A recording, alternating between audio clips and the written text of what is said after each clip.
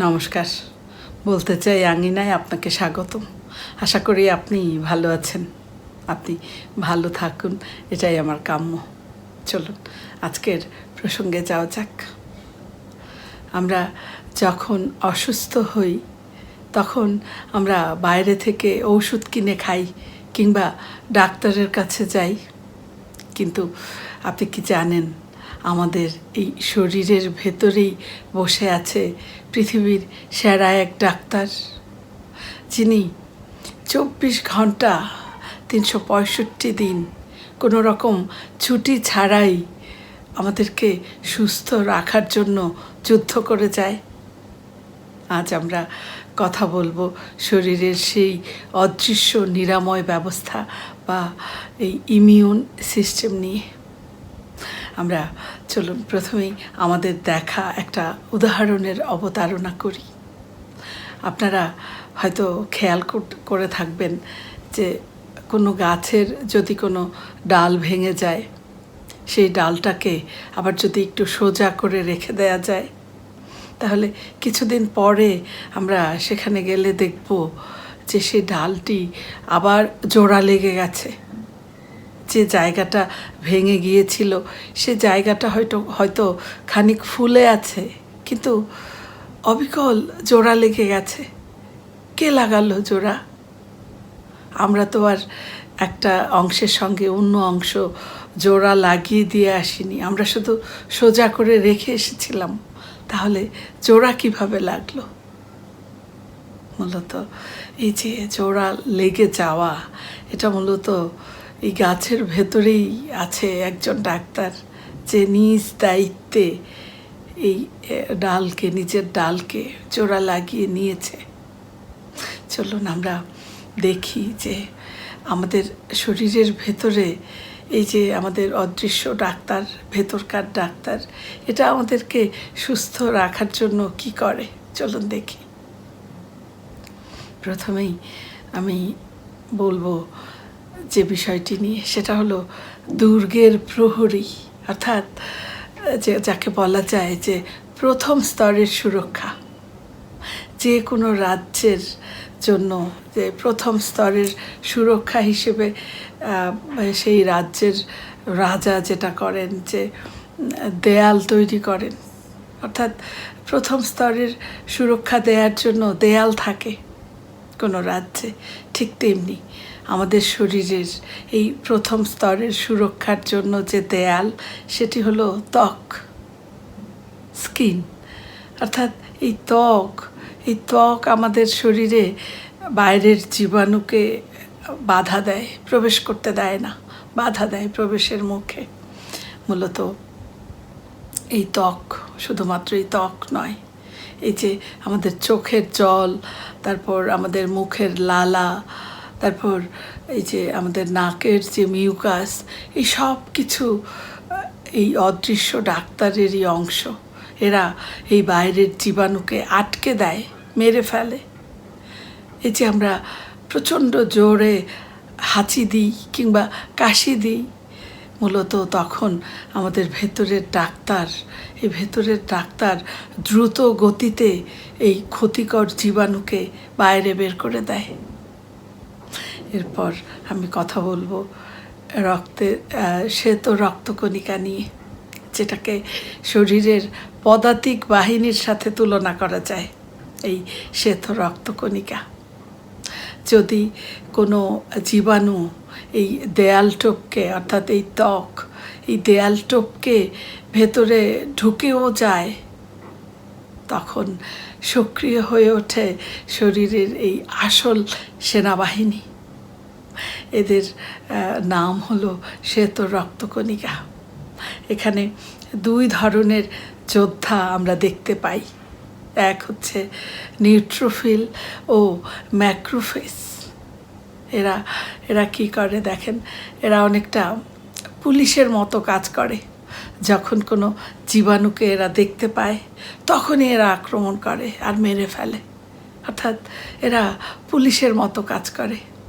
তারপর দ্বিতীয় সেটি হলো লিম্ফোসাইট, অর্থাৎ যেটাকে বলে টি সেল ও বি সেল। এরা কী করে? এরা হলো শরীরের একেবারে স্পেশাল ফোর্স। এরা যখন শরীরের ভেতরে কোনো জীবাণু প্রবেশ করে, এরা একেবারে চিনে রাখে। তারপর সেই জীবাণু আবার যখন দ্বিতীয়বার প্রবেশ করে, তখন এই বাহিনী শরীরের ভেতরে একেবারে বিষাক্ত অ্যান্টিবডি তৈরি করে এদেরকে ধ্বংস করে, এই জীবাণুকে ধ্বংস করে।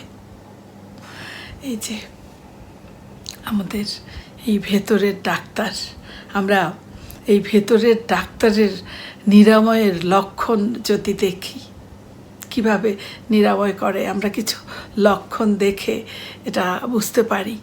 যেমন জ্বর ও প্রদাহ যখন হয়, অর্থাৎ মাঝে মধ্যে আমাদের প্রচণ্ড জ্বর আসে, গায়ের তাপমাত্রা বেড়ে যায়, তারপর দেখা যায় যে শরীরের কোনো জায়গা ফুলে লাল হয়ে আছে। এটা কেন? আমরা অনেক সময় ভাবি যে এটা বোধহয় খারাপ লক্ষণ। এই যে জ্বর আসা বা কোনো জায়গা ফুলে লাল হয়ে যাওয়া, এটা বোধহয় খারাপ লক্ষণ। কিন্তু মজার ব্যাপার হলো এই যে এই লক্ষণগুলো, এগুলো আসলে আমাদের ভেতরের ডাক্তারের চিকিৎসারই একটা অংশ।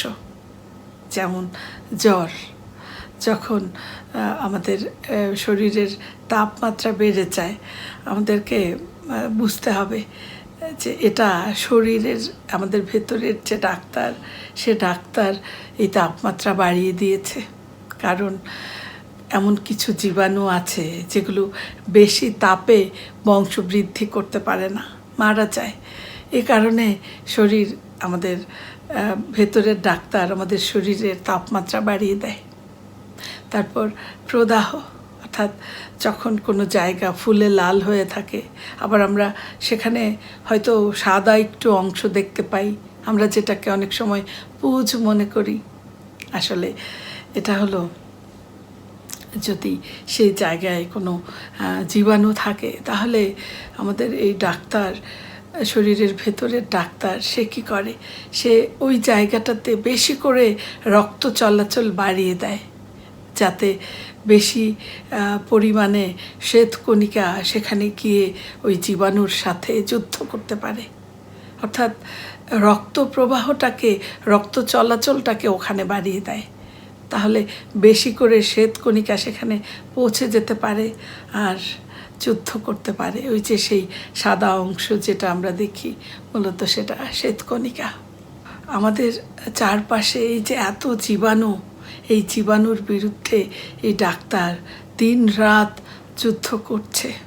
আমরা বাইরে যদি ডাক্তার দেখাতে যাই, তাহলে সেই ডাক্তারকে আমরা ভিজিট দিই, তারপর সেই ডাক্তার ঔষধের মাধ্যমে আমাদেরকে সারিয়ে তোলেন।